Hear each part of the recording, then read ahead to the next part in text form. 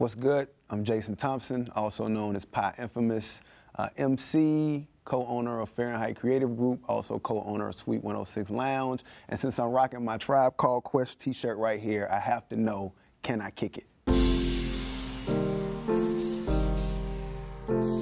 Can I kick it? Yes, you can. Can I kick it? Yes, you can. Can I kick it? Yes, you can. Can I kick it? Yes, you can. Kick it. Can I kick it? Yes, you can. Can I kick it? Yes, you can.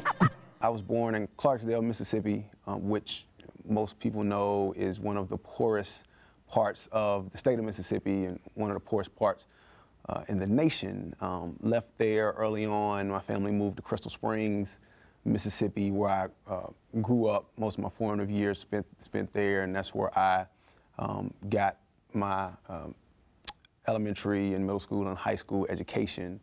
And while I was there, it was interesting, although it was slightly more progressive than Clarksdale, it was still very, very difficult to see success as it related to completing high school. We really didn't see the connection between completing high school and doing something past high school, you know, and what we thought was success.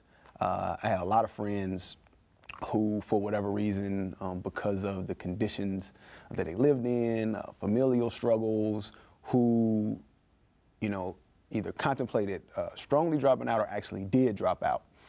And I was fortunate enough to come from a family of educators. My great-grandmother was a teacher. My grandmother was a teacher.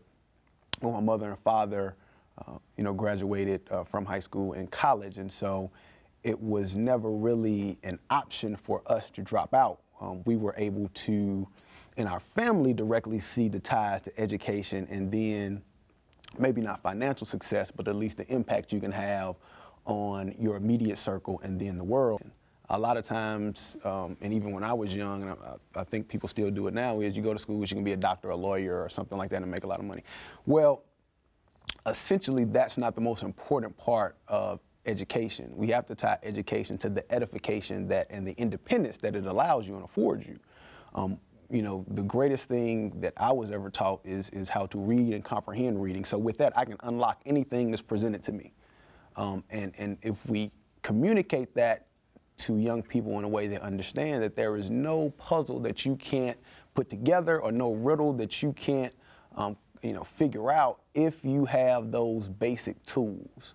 If you understand that this education is giving you a broad arsenal of weaponry that you can use to fight any battle that you're engaged in. You know, if we look historically, particularly for African Americans, but for any people who have been able to move from a state of oppression or move out of situations of injustice, the people who have led those revolutions have been educated people, people who read a lot, people who understand how to communicate, people who understand history, and people who understand what being a visionary means and how to communicate that vision to the people who have elected to follow them. And as soon as we have a greater sense of how to communicate that and in ways that we can communicate that, we'll be doing a better job of helping youth grasp what it is that they're doing while they're in school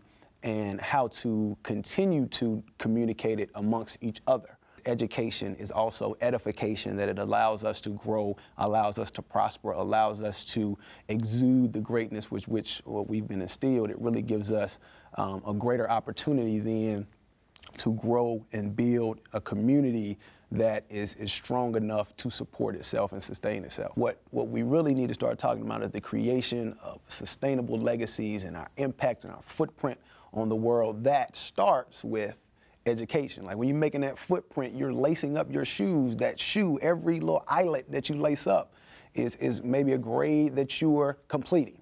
You know, my first two eyelets may be kindergarten and first grade, and first grade and second grade, all the way up, but I have to get through all the eyelets to tie that shoe to make a footprint.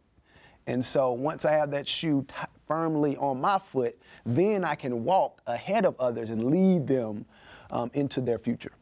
You have to really think about, well, what is it that I leave for my progeny? What is it that I leave for my younger siblings? What is it that I leave for people who will be around when, you know, I'm just a part of a conversation or a passing thought in the wind? And the reason that that's so important is because, you know, time never stops. The world doesn't stop spinning.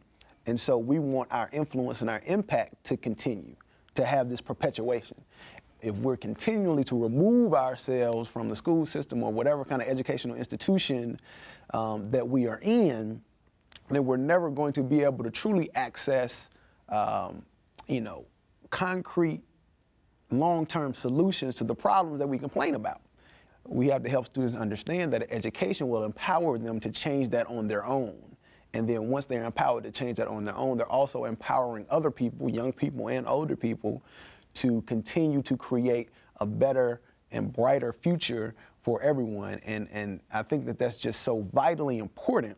Even if there's something that's forcing you out, you have to have determination and strong will to stay in because of what you are now being afforded. Now, that power that you have gained from staying in school, you know, that we obviously know, you know, the information that you have, but also just that grit and determination and that will that you have been able to build up from staying there through all of those things.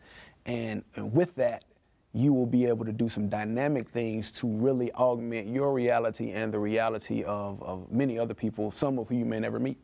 All of you all should really think about how you're limiting your possibilities and your choices by electing to drop out. I've been able to travel all over the country, not because I'm a great MC necessarily, not because I know a lot of people necessarily, but because I stayed the course through high school, I stayed the course through college, and I committed to excellence.